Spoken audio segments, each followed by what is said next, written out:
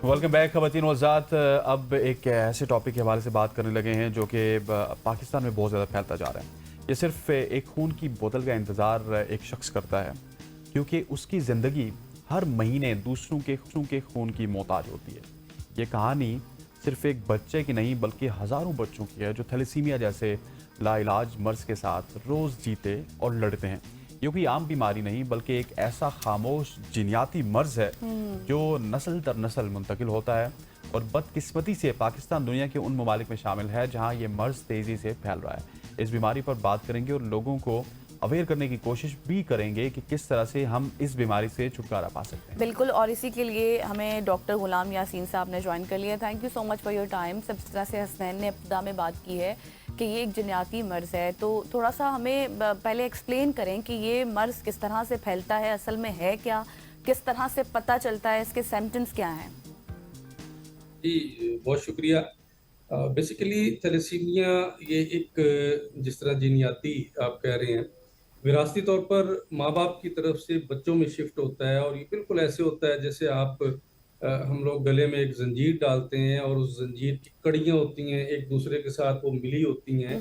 तो ये कड़ियाँ जीन्स की होती हैं, डीएनए की होती हैं हमारे, जिन पे हमें अल्फा और बीटा चेन कहते हैं। तो ये कड़ियाँ खराब हो जाती हैं। जब ये कोई कड़ी एक खराब हो जाती है जीन की, वो दूसरे के साथ मिलती नहीं है, तो वहां पे बहुत सारी खराबियां आ जाती हैं। और ये वो खराबी है जहां पे बॉडी अपना वर्क, इम्यून सिस्टम अपना वर्क नहीं कर सकता, और खास तौर पर बोन मैरो अपना वर्क नहीं कर सकता, और ब्लड के अंदर जो नॉर्मल सेल उसको प्रोड्यूस करने चाहिए वो सेल प्रोड्यूस नहीं कर सकता। और ये जो बेसिक खराबी है जीन की, डीएनए की, ये माँ बाप से जब शिफ्ट होती है तो फिर सारी जिंदगी ये ठीक नहीं हो सकती। और अच्छा, जब इसको ठीक नहीं हो काउंट। सकती, जी जी, आप कुछ बता रहे थे।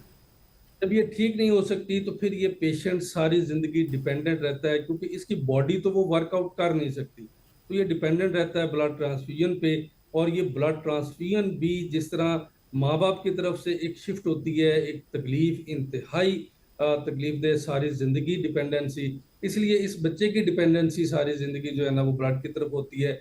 और ना सिर्फ ये बच्चा अपने खानदान पे बोझ होता है बल्कि मुआशरे पे भी बोझ होता है, क्योंकि मुआशरे को भी इसके लिए ब्लड जो है ना वो सप्लाई लाजमी जारी करनी पड़ती है, जिसका बहुत ज्यादा खमियाजा मुआशरे को भी भुगतना पड़ता है। अच्छा डॉक्टर साहब, क्योंकि जब ये बीमारी एक दफ़ा से शुरू हो जाए तो इसका कोई हल तो है नहीं खून के अलावा, लेकिन इसको इसकी रोकथाम किस तरह से की जा सकती है जब इस तरह का कोई मिलाप होता है दो खानदानों के दरमियान, तो उससे पहले ही तो इसकी रोकथाम मुमकिन है। मतलब कोई टेस्ट वगैरह करवा लिए जाए?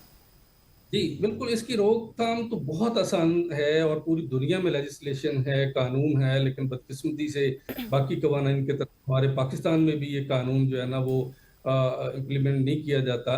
बेसिकली अगर शादी से पहले लड़की और लड़के का एक जस्ट हीमोग्लोबिन इलेक्ट्रोफोरेसिस टेस्ट करवा लिया जाए, इसको एचबी इलेक्ट्रोफोरेसिस भी कहते हैं, तो 2-3 हज़ार रुपए का टेस्ट है, तो वो दोनों खानदान बच जाते हैं, लड़की वाले भी और लड़के वाले भी। लेकिन हमारे यहाँ क्योंकि इस चीज को बड़ा एक ताना समझा जाता है, लो जी हम बच्चे का टेस्ट करवाएं, ये करवाएं। हालांकि हमारे ये साथ ईरान है, दूसरे मुल्क हैं बहुत सारे। ईरान इस वक्त बिल्कुल थैलेसीमिया फ्री है, क्योंकि उन्होंने उस टेस्ट की इम्प्लीमेंटेशन करवा दी। अब थोड़ा सा इस कानून की इम्प्लीमेंटेशन ना होने की वजह से देखें कि हमारे मुआशरे पर किस हद तक अजाब जो है और कितना बड़ा बर्डन है, कि हर साल लाखों बॉटल्स ब्लड की जाया होती हैं। माँ बाप को जब बच्चा, पहला बेचारों का बच्चा होता है और वो थैलेसीमिया मेजर का निकल आता है, तो वो माँ तो बेचारी वैसे ही बिल्कुल ही उसकी जिंदगी तो खत्म हो जाती है, बाप के लिए भी बहुत बड़ा इशू होता है। और चले मुआशरा उसको ब्लड देता भी है, लेकिन जैसे जैसे मल्टीपल ट्रांसफ्यूजन होती हैं, उसके अंदर इतनी ज्यादा खराबी आना शुरू हो जाती है कि आयरन उसका बढ़ना शुरू हो जाता है, स्प्लीन इन्लार्जमेंट हो जाती है, लिवर इन्लार्जमेंट हो जाती है, हार्ट इन्लार्जमेंट हो जाती है। और ये सारे इन्लार्जमेंट मिलकर उसको मौत के जो है ना वो मुंह में ले जाती हैं। लेकिन अगर और इसके मतलब देखें, आप जो ब्लड दे रहा है हर महीने, 15 दिन बाद, हफ्ते बाद, वो भी एक अलहदा से जो है ना वो बहुत ज्यादा एक्सरसाइज है, और बड़ी पेनफुल एक्सरसाइज है। माँ बाप के लिए जनाब वो 1500 रुपये का बैग खरीदना पड़ता है। फिर बाद में बच्चों में इन्फेक्शन होनी शुरू हो जाती है, क्योंकि बाहर का ब्लड आ रहा है, अपना तो उसका प्रोड्यूस हो नहीं रहा। तो उस ब्लड की जो है ना वो एलर्जी रोकने के लिए, उसके बैड इफेक्ट्स को रोकने के लिए ब्लड को जो है ना वो प्योरीफाई किया जाता है, उस पर अलग से 3 से 4 हज़ार रुपए जो है ना वो खर्चा होता है। और ये मिल मिला के आप एनुअल बजट देखें तो ये अरबों रुपए का बजट बनता है। अच्छा। अब अगर हम कानून पे अमल करवा लें और सिर्फ 2-3 हज़ार रुपए का टेस्ट लड़की का भी हो जाए और लड़के का भी हो जाए, हम ये इतनी बड़ी एक्सरसाइज और हर साल हजारों बच्चों की डेथ और पूरे मुल्क पे अरबों रुपए का बोझ हम कम कर सकते हैं। सही। अच्छा डॉक्टर साहब, जिस तरह से आपने भी फरमाया ना कि अगर हम कानून पर इम्प्लीमेंटेशन कर लें 2 से 3 हज़ार रुपये लग बजाय इसके कि अरबों रुपए बाद में लगाने पड़े। एक तो मुझे ये बताएं कि अक्सर लोग ये भी बात करते हैं कि हमारे बच्चों को थैलीसीमिया है लेकिन थोड़ा सा है, इनिशियल स्टेज है, तो ये क्या सूरत हाल होती है? मतलब स्टार्ट से ही इनिशियल स्टेज या फिर बाद में जाके मेजर बन जाना, ये क्या है? नहीं, ऐसा नहीं है। थैलेसीमिया मेजर शुरू से ही मेजर होता है। जिस तरह मैंने आपको बताया कि ये एक ऐसा डीएनए की खराबी है जो दोबारा ठीक नहीं होती। इसमें अच्छा। 2-3 चीजें, थैलेसीमिया मेजर है, माइनर है और इंटरमीडिया है। मेजर में तो हर सूरत ब्लड ट्रांसफ्यूजन जरूरी है और ये with in 3 to 4 month, maximum with in 6 month जो है ना वो डायग्नोज हो जाता है। इससे ये ज्यादा लेट नहीं होता, क्योंकि बच्चे की जब माँ से हट के जब बच्चे का अपना सिस्टम 1.5-2 महीने बाद जो है ना वो एक्टिवेट होता है, तो वो ब्लड प्रोडक्शन में बिल्कुल नाकाम हो जाता है और उसका कलर जो है येलो होना शुरू हो जाता है और ब्लड की कमी की वजह से बुखार और डायरिया होना शुरू हो जाता है। ये सिम्टम, 2 सिम्टम सबसे पहले जो है ना वो उसमें आने शुरू हो जाते हैं। कुछ लोग हैं जो थैलेसीमिया जो है ना वो माइनर के हैं। माइनर के उस वक्त खराबी आती है जब खुदा ना खास्ता अगर बेटी है तो उसके पहली बात तो यह है कि प्यूबर्टी तक पहुंचते ही नहीं है। अगर बहुत ज्यादा केयर के साथ ये प्यूबर्टी तक पहुंच जाए तो बच्चियों में जब मेंसेस स्टार्ट होते हैं उस वक्त उसको बहुत ज्यादा प्रॉब्लम होती है। या अगर खुदा ना खास्ता कहीं कोई एक्सीडेंट सीवियर हो गया या कहीं कोई सर्जरी करनी पड़ी तो फिर इन लोगों को एक्सटर्नल ब्लड की जरूरत पड़ती है, अदरवाइज इनको जो है ना वो जरूरत नहीं पड़ती। लेकिन मेजर में तो हर सूरत ब्लड ट्रांसफ्यूजन की जरूरत होती है। अच्छा डॉक्टर साहब, क्योंकि हम आज थैलेसीमिया के हवाले से भी बात कर रहे हैं, आपने एक टेस्ट का जिक्र किया। मैंने बहुत सारे केसेस देखे हैं, हमारी फैमिली में भी इस तरह के केसेस हैं कि अगर एक घर में 4 बच्चे हैं, 3 बिल्कुल ठीक होते हैं, एक को थैलेसीमिया होता है, तो वो जो टेस्ट आप पहले करवा लेते तो उसमें ये भी बता दिया जाएगा क्योंकि 3 होते हैं। नहीं, ऐसा नहीं है। अभी तक दुनिया की कोई लैब या कोई ऐसा वो नहीं पैरामीटर बना कि जिसमें ये चीज हो। ये कुदरत की तरफ से है और यहीं से इंसान की बेबसी और कुदरत की जो है ना वो कुदरत जाहिर होती है। लेकिन इसके बावजूद अगर हम अकल को इस्तेमाल करें, कानून इस पे लेजिस्लेशन करके इस टेस्ट को इम्प्लीमेंटेशन करवाएं, तो हमारी जो है वो थैलेसीमिया मेजर की जो बच्चों की पैदाइश है ये ऑलमोस्ट नील की जा सकती है। लेकिन ये कुछ नहीं कहा जा सकता कि अगर पहला बच्चा नहीं है तो दूसरा भी नहीं होगा या तीसरा भी नहीं होगा। हमारे पास ऐसे भी बच्चे हैं कि जो 3-4 बच्चे हैं और तीनों चारों बेचारे मेजर के हैं, लेकिन 3-4 में एक भी मेजर का है। और एक चीज यहाँ मैं आपके तवज्जुह से क्लियर कर दूं, जिस पे आज दुनिया में बहुत ज्यादा बात भी होती है। अक्सर हमें ये बात समझाई गई है, पढ़ाई गई है, बताई गई है यूरोप से कि ये फैमिली जो है ना वो मैरिजेस की वजह से होती है, कजन मैरिजेस की वजह से होती है। मैं शुरू से ये बात कहता हूँ कि ये बात इंतहाई गलत है। हमारे अच्छा। पास ऐसे लोग हैं जो थैलेसीमिया मेजर जिनके बच्चे हैं या हीमोफीलिया जिनके बच्चे हैं या और ब्लड कैंसर उनके अंदर जो है ना वो डायग्नोज हुआ है। वो कहते हैं कि जी हमारे तो दादा परदादा भी एक दूसरे को नहीं जानते थे, बस हमने यहाँ शिफ्ट हुए, मकान लिया, ये लोग अच्छे थे, हमारी इनके साथ सलाम दुआ आई और उसके बाद इनके साथ रिश्ता तय हुआ। वो भी बेचारे इसमें फंसे हुए हैं।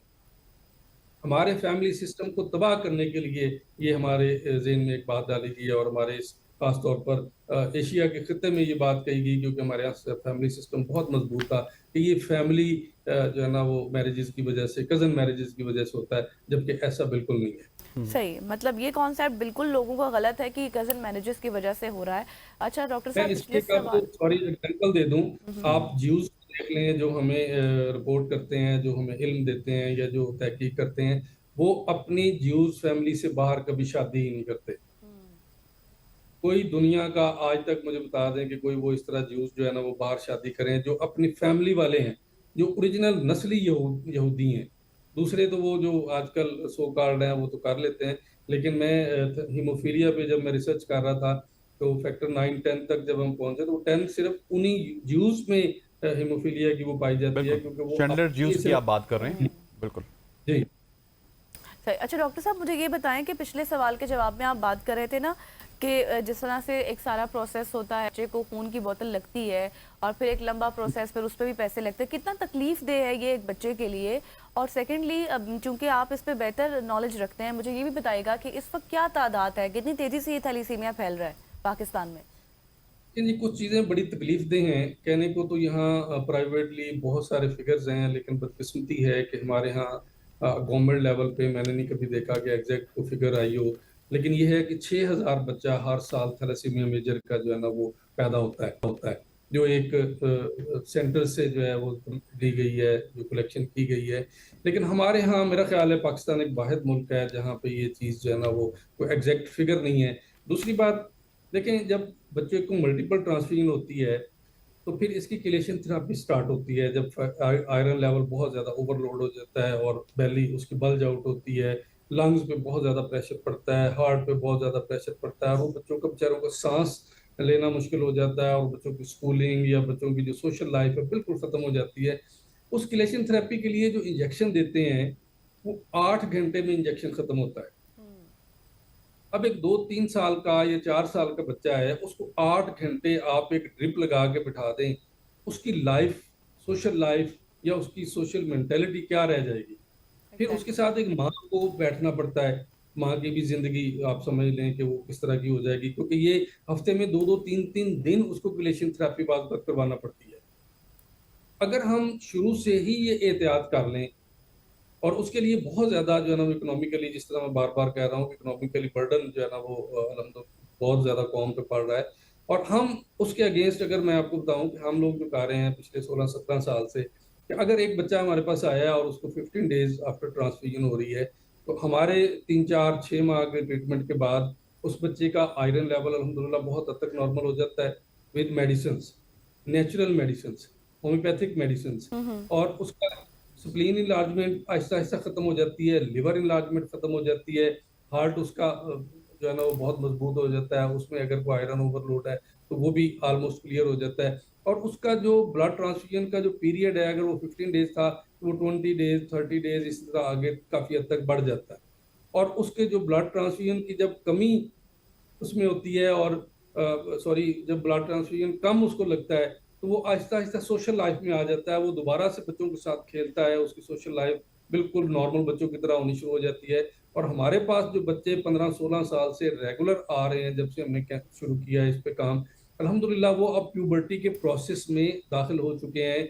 बच्चियाँ हैं, उनका मेनार्की पीरियड स्टार्ट हो गया है, पीरियड्स आ रहे हैं, वो अपने नॉर्मली, उनकी हाइट नॉर्मल है, उनके जो है ना वो वेट नॉर्मल है, बच्चे हैं उनकी जो है ना वो दाढ़ी मूंछ आ रही है, और वो अपनी नॉर्मल स्कूलिंग कर रहे हैं, पढ़ रहे हैं, वो अपने फर्स्ट सेकंड आ रहे हैं।